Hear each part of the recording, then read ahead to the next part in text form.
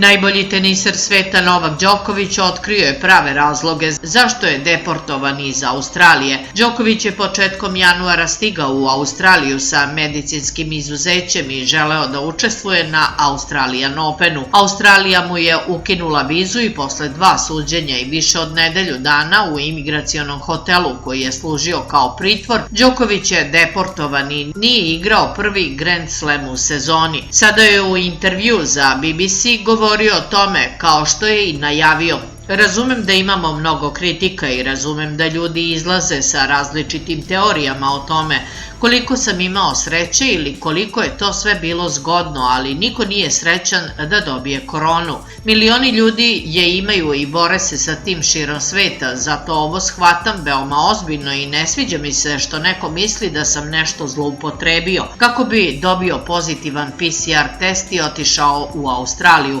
kaže Đoković i nastavlja. Bio sam zaista razočaran i tužan načinom na koji se sve završilo po mene u Australiji. Greška u viznoj deklaraciji nije namerno napravljena, to su prihvatili i potvrdili Savezni sud i sam ministar u Ministarstvu za imigraciju u Australiji. Ono što malo ljudi zna jeste da ja nisam deportovan iz Australije na osnovu toga što nisam vakcinisan ili sam prekršio neka pravila. Sve je to zapravo odobreno. Razlog zbog čega sam deportovan iz Australije jeste taj što je ministar za imigraciju iskoristio svoje diskreciono pravo da mi poništi vizu na osnovu percepcije da bih mogao da stvorim neki antivakserski osjećaj u zemlji ili gradu, sa čime se potpuno ne slažem, zaključio je Novak.